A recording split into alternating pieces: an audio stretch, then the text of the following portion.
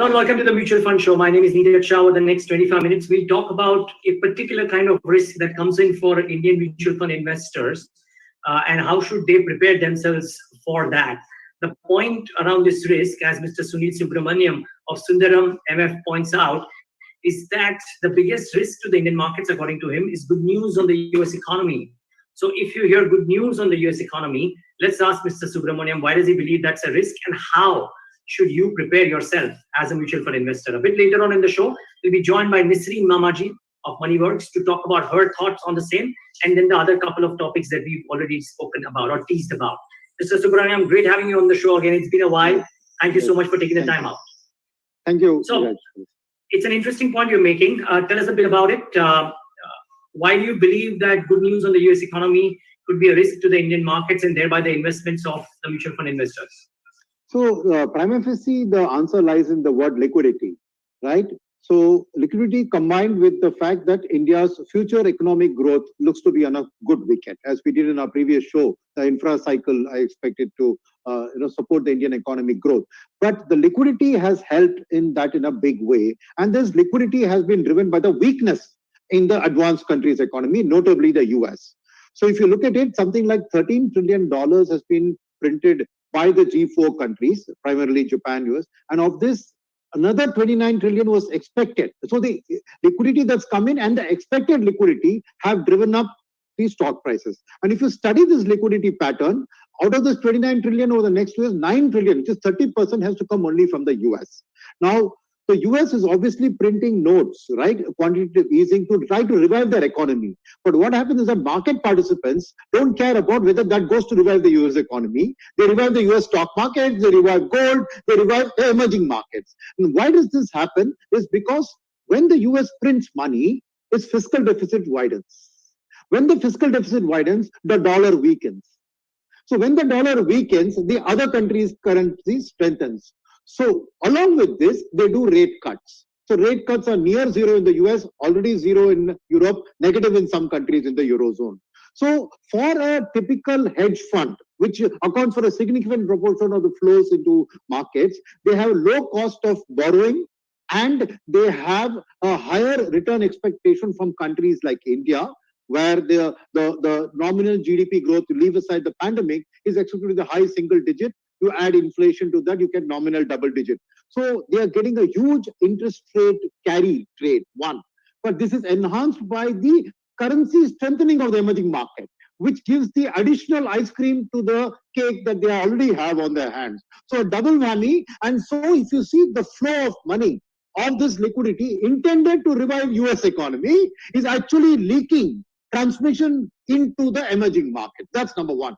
Now within the emerging markets, the fact that the recession led to commodity cycle weakening meant that commodity importing countries like India were an undue beneficiary of the kind of flows that went into emerging markets. So right through the post-pandemic, quarter on quarter, other emerging countries had some positive months, some negative months, but India got a consistent foreign FPI inflow through those periods. So if you actually put a percentage number to it, China and India, these are commodity importing countries, would have accounted for 90% of the FPI outflows into emerging market sphere. So the Indian markets have benefited from this massive liquidity flow for these very reasons, right? Now, when will this flow get impacted or reversed is the question, right? It will happen when US growth is returning, US inflation is then seen to be rising, then the Fed will hike interest rates, then pare back the liquidity. And when that happens, when US interest rates rise, the dollar strengthens.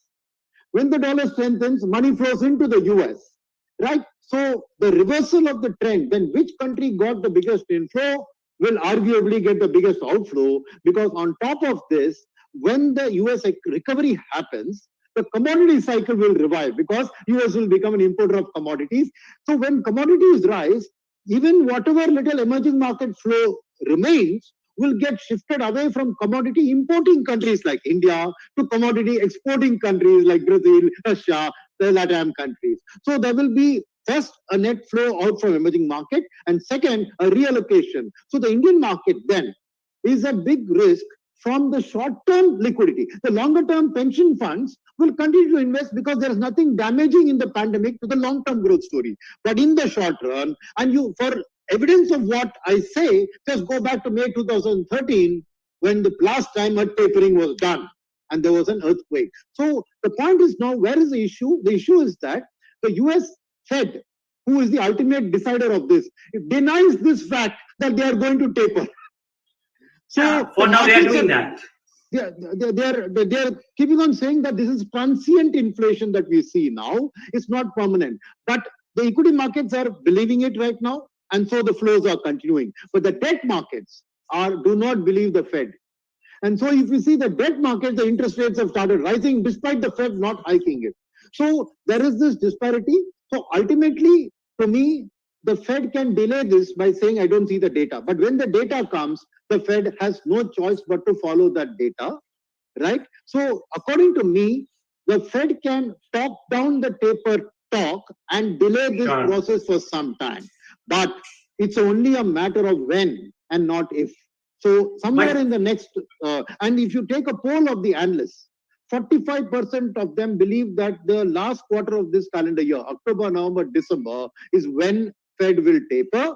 Another 15-16% believe it will be in the following quarter. So 60% of market consensus says that within the next 6 to 9 months, this tapering is going to happen. So I believe that that's the biggest risk. Now, if the US economic news comes bad, then this whole jolly ride of the whatever I laid out as the normal thought process will continue. So the point is, I can't say with guaranteed that this will happen but take a year at the outset, right? You will definitely see that. And generally, what do we pray for? We pray for the world economic to recover because ultimately equity markets follow the economy. So while in the long run, a US recovery is good for Indian exports and all that, in the short run, I think you've got to be prepared for that volatility from the taper talk. Forget about when the taper happens.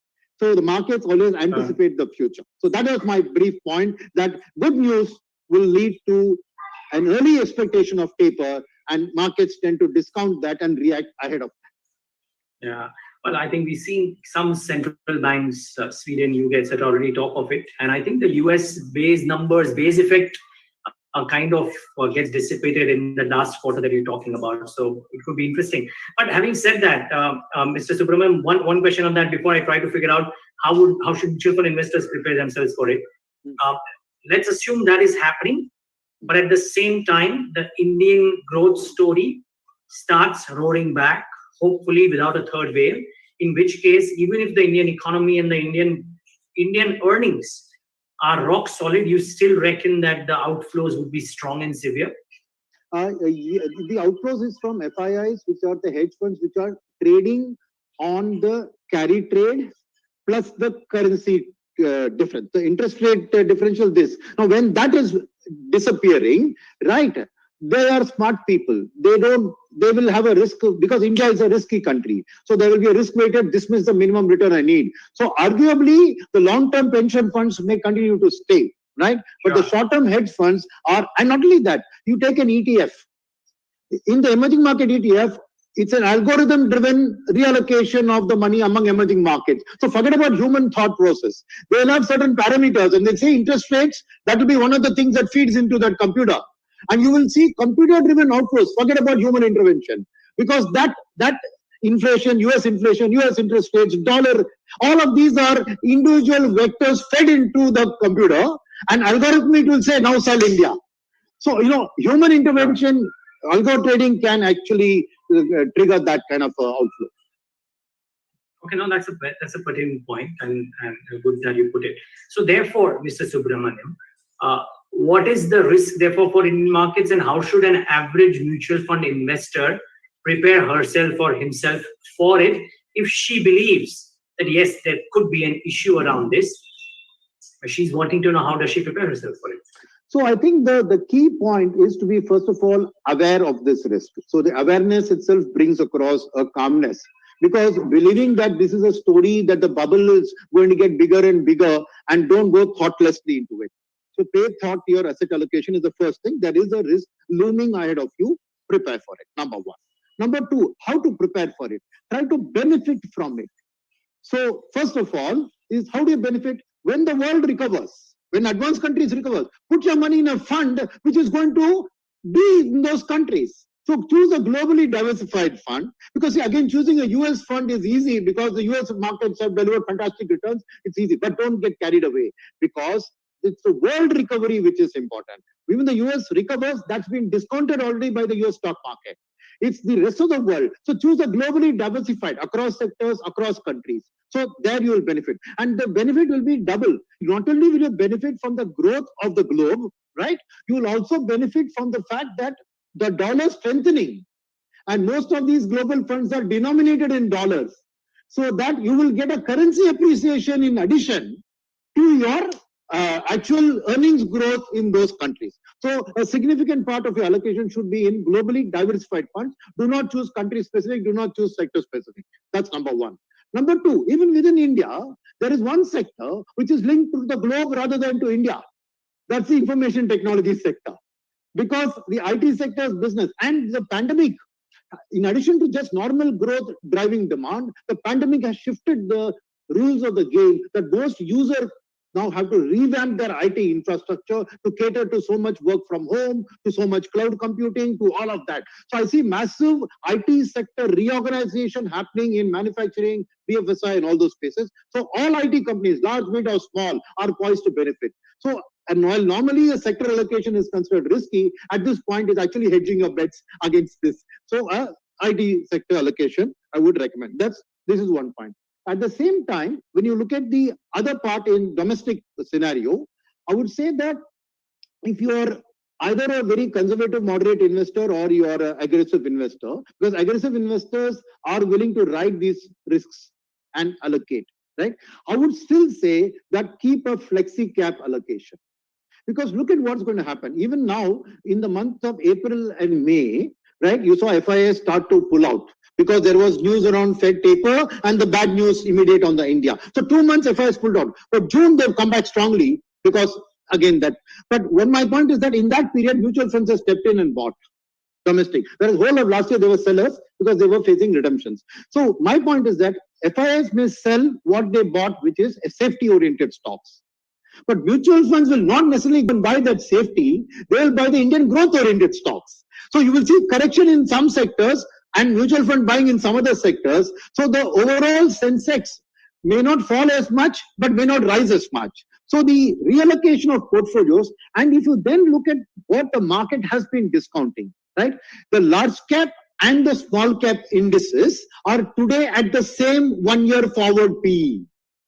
Right? Which means what is the market doing? Market is saying that large caps are expected to benefit, so FIS have put in money, but small caps, because the free float is very less, even a small amount of mutual fund plus Robinhood investor buying has taken up the small cap future EPS expectations to phenomenal levels. Now, is that sustainable over the next 12, 18 months? You got to think. Whereas the mid cap index is trading at a 31% discount to both the large cap and the mid cap. So I would say keep a flexi cap where you kept around 50% in the mid cap because the valuation, yes, because mid caps have larger free floats, they have a more diversified sector. The small cap sector is still industrial driven, still cyclical driven. So I would say keep a flexi cap approach so that mutual funds will allocate to the right sectors within the large cap. So I would not recommend you to go sector there, but keep your story around the fact that a mutual fund manager can read these tea leaves a little bit better and would do the right sectoral allocation, and mid caps still carry a significant amount of a discount to the other two indices, so that your downside risk, your margin of safety is higher in mid cap today, right? And finally, I would say that end of the day, let's not forget that long-term FIIs will still be putting in money. Sure. Right? So the infra thing which I spoke about in our last show so strongly, do not ignore that, because ultimately from a longer term perspective that will deliver. So keep a small allocation to that infra thing, because ultimately that's the driver. That is going to be the beneficiary of the driver from the India post-pandemic story. So this is the way I put out a small chart to show that this is the ideal allocation. This would hedge all risks. And if you're very conservative, then you cut all of this story short and put your money in dynamic asset allocation. Where, the fund manager chooses less equity, does that. So there, you're mentally in a easier space. So if you're a little bit moderate risk taker, this is the way I would recommend. Got it. One last question, Mr. Subramaniam, and that is this permission that has been given, right, to mutual funds to increase, I think, up their remittances in the global markets. Can you talk a bit about that? I mean, do you reckon that more and more AMCs will make use of this, and would that be net beneficial as well? Yes, I think this is also driven by investor interest. I think SEBI has been observing that even direct stocks through the equity traders has been going up.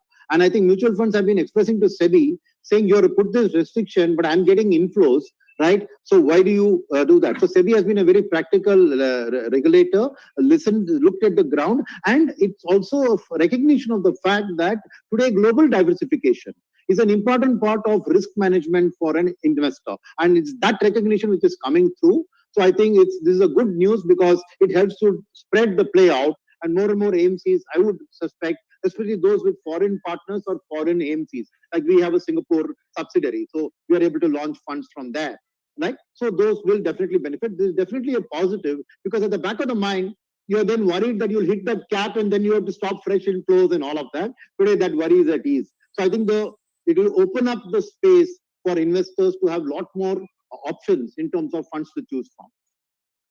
Got it. Lovely having you, Mr. Subramaniam. Thanks so much for taking the time out and being with us today. Really appreciate your time. Thank you. All right, that's the view from Mr. Sunil Subramaniam.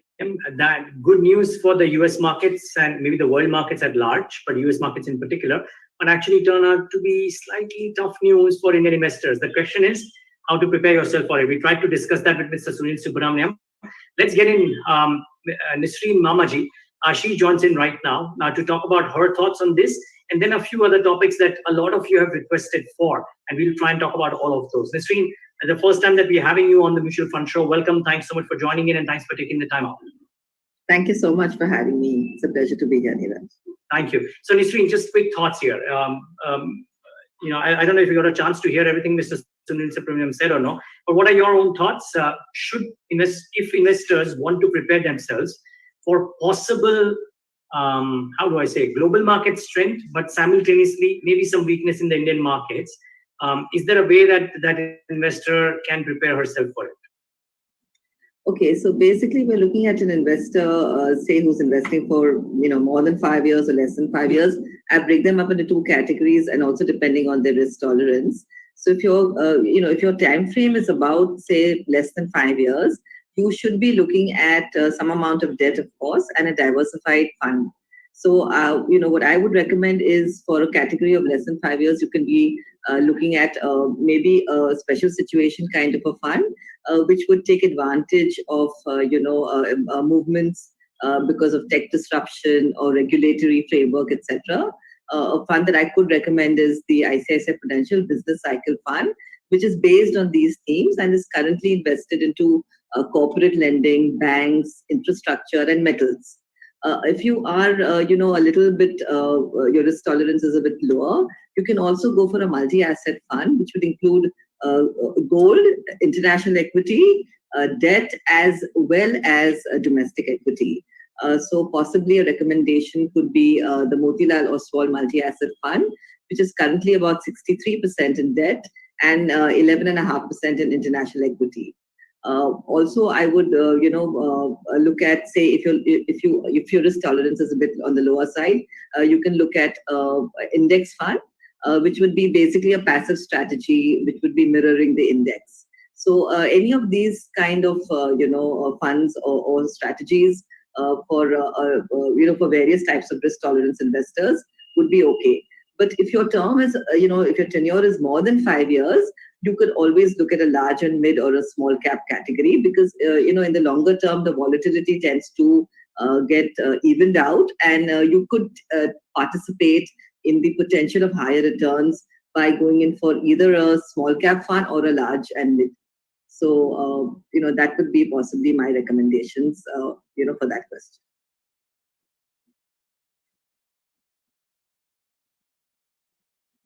Let's assume there is a risk-averse investor, Nisreen, who wants to invest with a period of say 10 years perspective, Right. and we know that in a really long term, even the riskier part of the equity side does well, but the investor is risk averse, what would you recommend? Right. A large cap equity fund, a flexi cap fund, or even if the investor is risk averse, it's okay to go out and buy maybe a good small cap fund as well. And why? So for, maybe for a less than 10-year category, I would suggest, say, a multi-cap.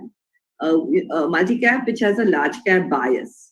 So, you are not going to miss out on the possible potential returns of a mid or a small category. At the same time, because you're risk averse, say 70 to 75% of your investment will still be in a large cap. So the possible choices could be Canada Rubico Flexi Cap Fund, which is currently about 74% in large caps, or the Parag Parekh Flexi Cap, which is about 71% in large caps. So that way, you won't have too much of volatility, and your risk tolerance would not be crossed.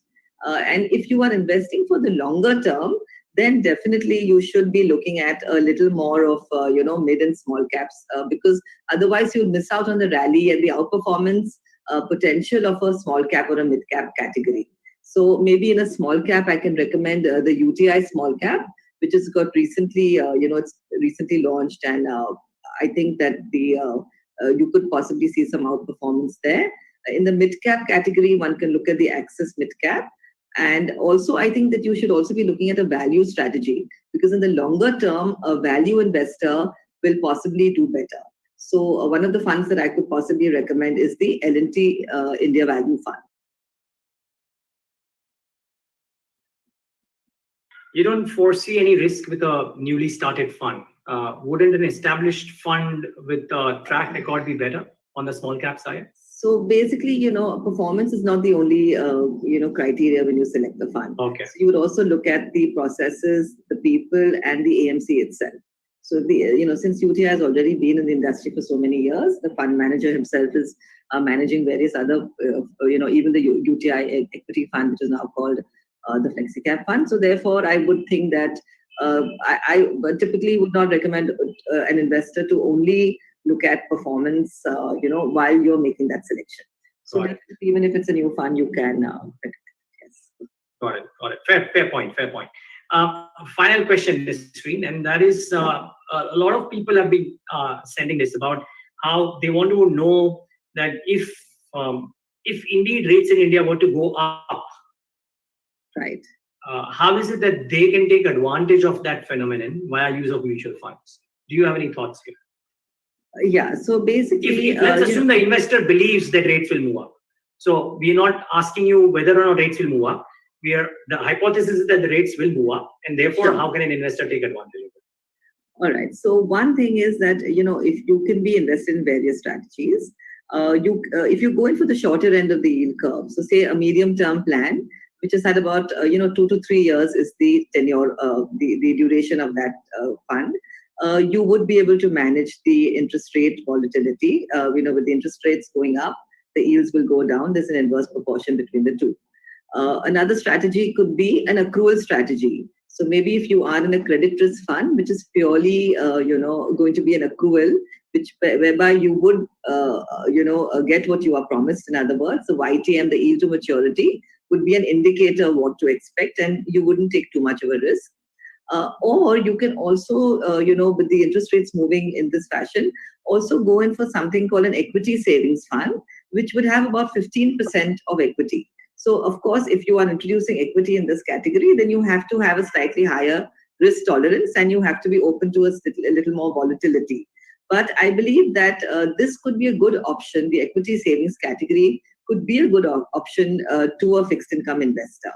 And if your risk tolerance is even a little more higher, then you can go for something like a dynamic asset allocator, asset allocator fund, whereby the fund manager himself will decide the proportion of debt or equity into this particular fund. So say currently the ICICI Prudential asset allocator is about 36% in equity, and the rest is all in fixed income. So whereby, you don't have to keep on churning the portfolio or rebalancing the portfolio. You can leave it to the experienced people to decide whether they need to be in equity or debt. But bear in mind that with equity, your risk tolerance should be a little higher. So if you're purely a fixed income investor, I think maybe the shorter end of the yield curve would be safer for you, and also to go just with an accrual strategy. Right on. Nisreen, lovely having you. Thanks so much for taking the time out, and look forward to having you more often on the show. Sure. Thank you. My pleasure. And viewers, thanks for tuning into this leg of the Mutual Fund Show.